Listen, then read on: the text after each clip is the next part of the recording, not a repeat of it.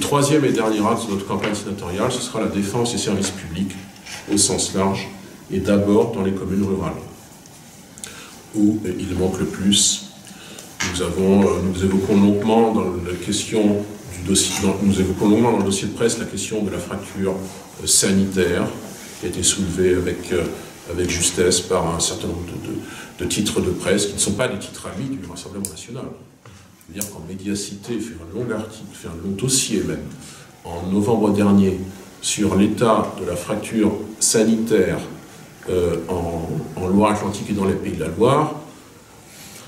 Même si ça rejoint nos idées, on ne peut pas supposer que c'est pour faire plaisir au Rassemblement national. Je pense qu'ils doivent se désoler que nous que nous fassions le même constat qu'eux.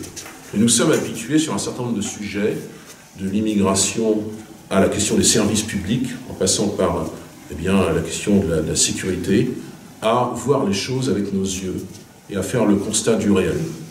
Et nous voyons bien qu'en Loire-Atlantique, même en Loire-Atlantique, il y a un problème de densité médicale, il y a un problème dans certaines zones de ce qu'on appelle le désert gynécologique.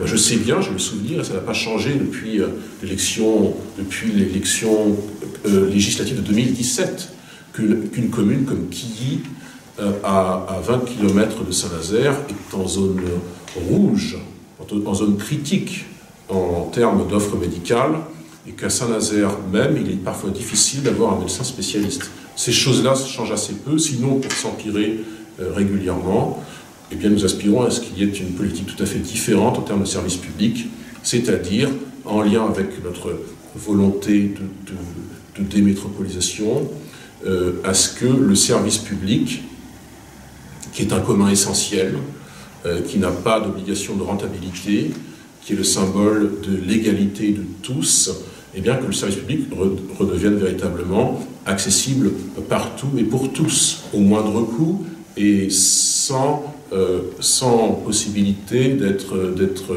réduit dans son offre, comme nous le voyons par exemple pour la question des agences postales. Il y a une quantité de fermetures d'agences postales ces dernières années, y compris encore une fois, comme j'y reviens, à Saint-Nazaire.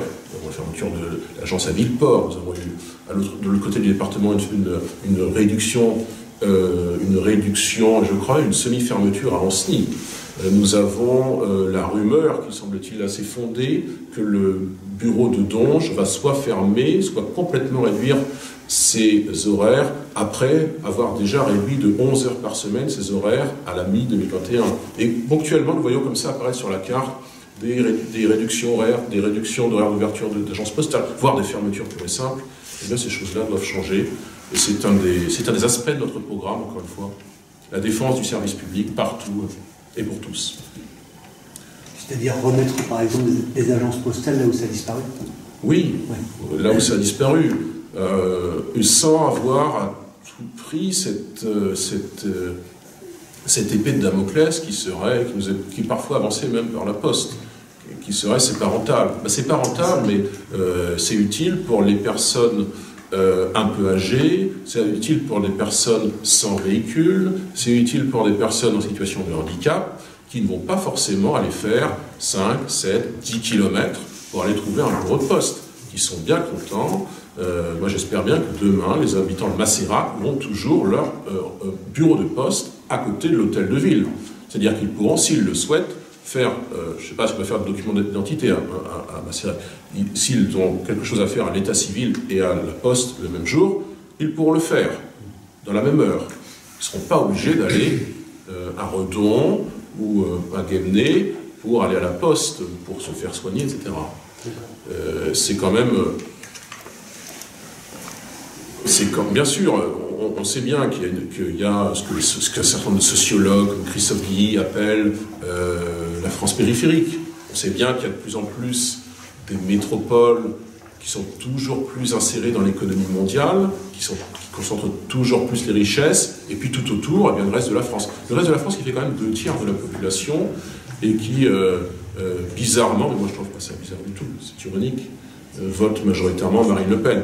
Parce que c'est une France qui sait bien qu'elle est en décrochage.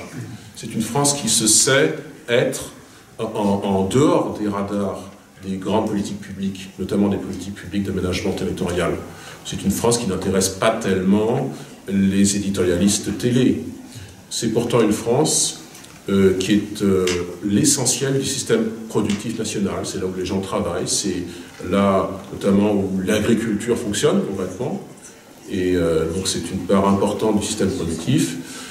C'est un peu là, alors c'est pas dans les petites communes, mais c'est un peu là à côté dans les communes moyennes, dans nos chefs-lieux de canton, à Herbignac, à Donge, au niveau du rond-point des Six-Croix, qu'ont émergé à l'automne 2018 le mouvement des Gilets jaunes en Loire-Atlantique. Ça n'est pas un hasard, parce que c'est cette France déclassée, cette France périphérique qui n'intéresse personne, et où, en 2022, dans une commune comme Donge, Marine Le Pen a réalisé 54% des voix. Et dans un bureau excentré et rural comme celui de la Pommeraye, elle est montée à 62%. Parce qu'il y a ce sentiment d'être excentré de tout. Objectivement, ces communes sont excentrées. Mais elles n'ont aucune attention, non seulement d'un État qui n'est donc plus un État aménageur, des pouvoirs publics en général, des intercommunalités qu'on nous promettait comme des structures qui allaient mieux répartir l'argent, qui allaient consacrer un peu le principe d'égalité territoriale. Bon, la plupart de ces communes voient qu'elles n'intéressent pas vraiment, en fait, les pouvoirs publics, et elles l'expriment, notamment par le vote. Eh bien, nous devons être au rendez-vous de ce vote. S'il y a un vote dont nous savons qu'il n'est pas qu'un vote de proposition, mais aussi un vote de contestation, nous devons le transformer absolument en un contre-projet à cette politique d'aménagement territorial qui est là, on est à l'instant T par M. Macron, mais qui procède d'héritage beaucoup plus lointain, parce que M. Macron ne fait que reprendre les lois, MAPTAM, l'affirmation des métropoles, la loi NOTRe de l'organisation de notre République de 2014, 2015, 2016, d'un gouvernement dont il était membre, au passage.